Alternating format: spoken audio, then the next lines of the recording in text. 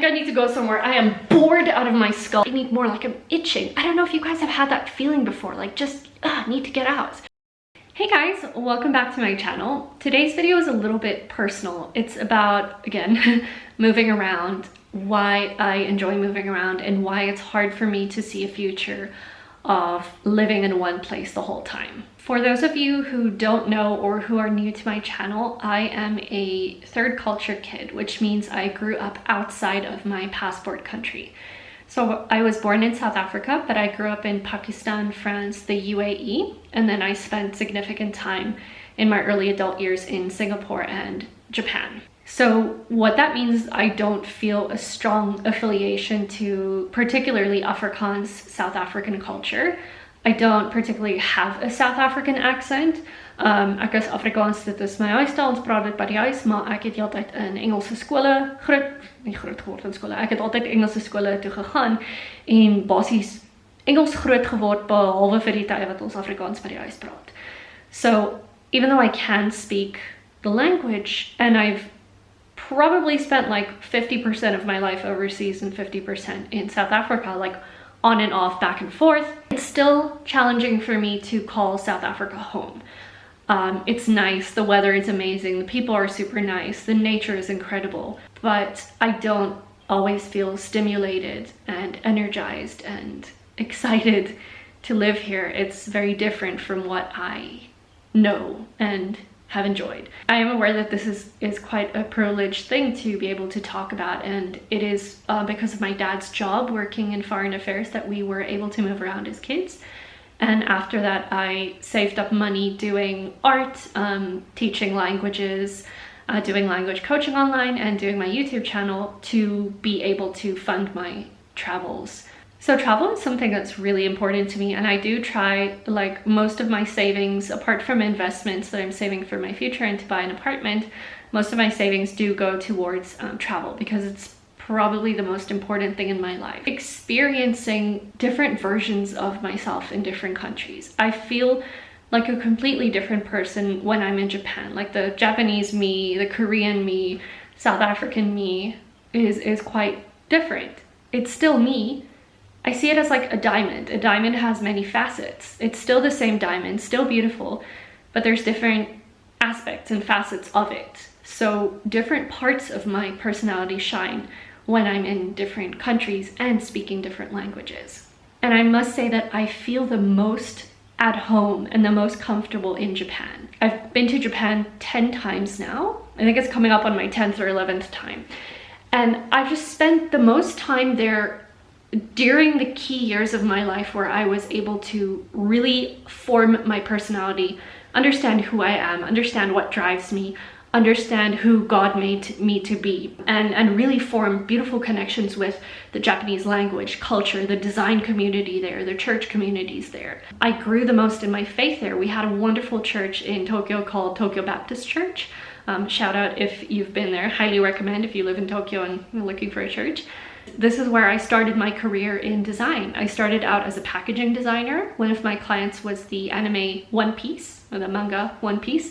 Designed some packaging for them in Tokyo Tower, worked on some branding projects. Kalpis Soda, Karupisu Soda, I designed some Kisetsugente packaging for them, like seasonal special lychee flavored drink packaging. So where I started my design career and understood like what is it like to work in the design world was in Japan. Like it's a very important place to me. But then I developed my career into product design in Singapore, which is an equally important place for me. That's where I grew in my career. I started exploring design management, understood how much I love tech and working in startups and designing apps. So you can see I associate living in a country strongly with what I did there, like what phase in my career I was at, or in my faith, or in my childhood or adult years or whatever. It's very difficult for me to feel a certain sense of self in South Africa. I feel stumped. I feel like my wings are clipped. I know God has me here for a reason. The people I've met in the last 5 months are incredible. The last 2 years of my life have been absolute hell.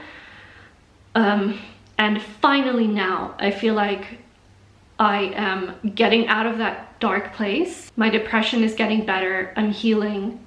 And now I'm able to start feeling, what is my life like in South Africa? Why am I here? What is my place in society and community here? Why does God want me here in South Africa? And wrestling with the questions of, how long am I going to be here? Am I going to get married here and start a family? Am I going to leave as soon as I can and move overseas? I don't know. And I'm making this also to help people understand the TCK condition, the third culture kid condition. Nowhere feels like home. You feel different in each place. Every language you speak, a different part of you comes through. It's extremely difficult to answer the question of like, where are you from? And as a kid, when people ask me that, I was like, do you mean the last place I lived, or like where I was born?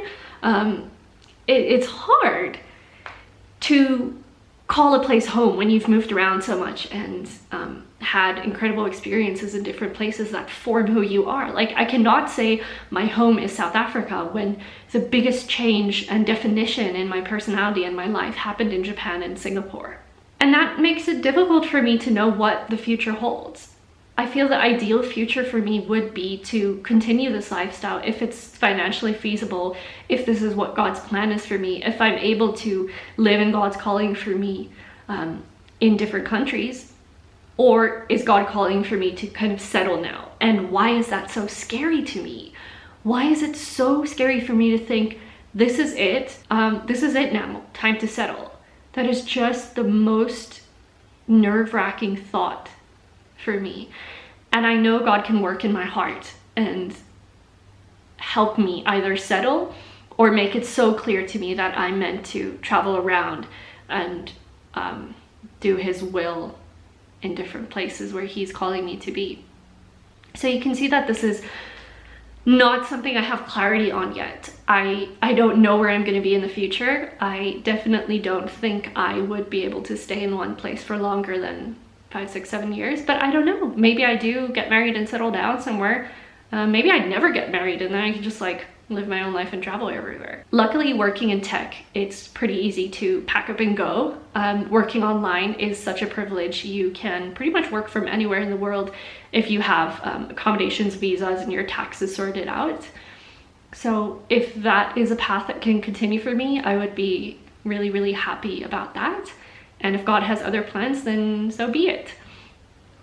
Yeah, I also just want to make this video to connect with other people who might have similar experiences. Have you grown up overseas, or have you even traveled a lot and you just feel like, I don't know where I belong. I don't know who I am in my home country. And how do you navigate that experience? Really looking to make more TCK friends, more international friends, or Hafu friends or something. So if you have had similar experiences to me, if you can relate to this video, please reach out, like message me on Instagram or leave a comment here, because I really do want to connect with more people and see, how do you navigate this as an adult? Like, are you freaked out to settle down in your future? I want to connect with you guys. So calling all TCKs and international global citizens, want to be friends. Yeah, I think that's it for this video. It's a long, rambly video, just kind of calling out to see who feels the same way, and to let you guys understand a bit more of where I come from, like literally and metaphorically, where I'm coming from and where I came from. I guess to recap a bit, I do have a like draw my life video from like 2016, which is very outdated. It was before I moved to Singapore. So just to recap for those who are interested, I was born in Pretoria, South Africa, and then moved to Cape Town for a few months, back to Pretoria, Cape Town, Pretoria, Cape Town, Pretoria, because my dad worked at the Parliament. Met Nelson Mandela, worked with him for a bit, side note. And then we moved to France, to Paris, and we were there for about, I believe it was 9 months. And then things changed at the embassy, and they were like, last to arrive, first to leave, and they yeeted us over to Pakistan. Going from Paris to Islamabad was quite the cultural shock. I loved it. Beautiful place. My heart is aching to go back to Pakistan. Like, the reason why is we didn't finish our time there. We were supposed to be there for 4 years, and then 9/11 hit, and it got really, really dangerous for us to be there. So we had to evacuate the country. And my dad had to stay back and work there to finish his work at the embassy. And we had to move, well, we being my 2 brothers and my mom, had to move back to South Africa without a place to stay. We went to stay with our grandparents in another city that I didn't know, joined a school halfway in the school year, coming from an American curriculum to a South African one, not understanding the kids, the humor, not having friends. It was a really, really rough time and a pivotal point in my childhood. Very traumatic. And then we were in South Africa for about 2 years, and then we moved to Dubai for 5 years. So a lot of my early teenage years were spent in Dubai, where it was amazing. Made amazing friends, figured out what I enjoy in life, what you know, that I want to get a career in design. And then back to South Africa, where I finished high school here. Also a terrible experience, would not recommend. And then I started university, and throughout university, I was kind of like between Tokyo and South Africa. So my parents lived in Japan for 4 years, and I would kind of go there over the university breaks. I did my internships in Japan, and cumulatively over the span of over the span of those 4 years, I kind of lived in Japan for a year and a bit. And I say lived because my parents had a house there. I was always there when I was not studying. I had a church there, a community. I started working there, and things were familiar for me. Like I knew the city. I still know the city like the back of my hand, and it has a really special place in my heart. And then I graduated university, and I worked in Johannesburg for 2 years. Then I got really itchy feet, and I was like, I think I need to go somewhere. I am bored out of my skull. I had an incredible job with the most amazing people, but I was like, I need more. Like, I'm itching. I don't know if you guys have had that feeling before, like just need to get out. And then I like to say metaphorically, I blindfolded myself, threw a dart at a map, and it landed on Singapore, and I was like, all right, Singapore it is. So I actually applied for jobs in like 10 different countries, and the door just opened in Singapore, and I'm so grateful that God gave me that experience. It also contributed so much to who I am as a person, understanding myself more. Like, I was there during lockdown as well, and you spend a lot of, like, I lived alone. And then my mom got sick with cancer, and I kind of left my life in Singapore, packed up everything, quit my job as a design manager, and moved back to Pretoria.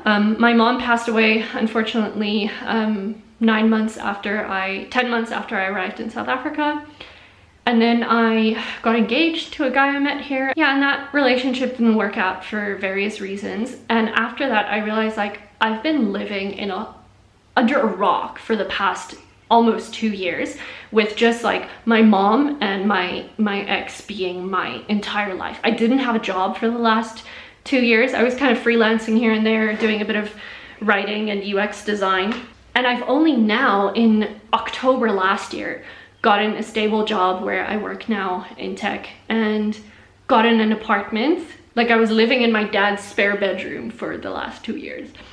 And now it finally feels like my life is starting. I've made friends. Like, I didn't have friends for the last 2 years, like barely. I didn't go out, I didn't do anything. And now only I'm going out, going to quiz night, going to church, going to worship nights on Mondays, going hiking almost every weekend, reading, doing my thesis, joining a book club, decorating my apartment, painting, teaching languages, teaching at university.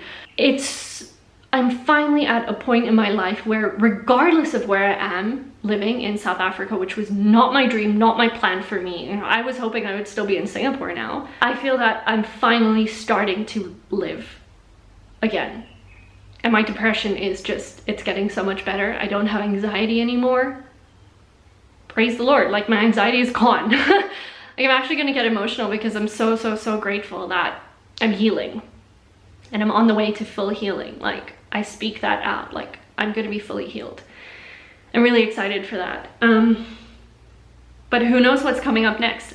I don't know. And it's a very exciting and scary and frustrating place to be in, that I don't know. Nothing is stable. Nothing stays the same. And I'm so excited to see what the future holds. So I hope this video resonated with some of you. I see it's been filming for exactly 18 minutes at this point. I think it's time for me to peace out. But thank you if you watched all this way, and I really hope that this touches someone and that we can relate and maybe talk to each other about these thoughts. If you want to see more like talky vlogs like this, let me know. If you want more language learning stuff, let me know. If you want more travel stuff, I have some videos about Korea and Japan coming up. I also have a big video that I have to edit about my trip to Turkey, helping out with the earthquake relief there. Let me know what you want to see next, and I will see you in the next video.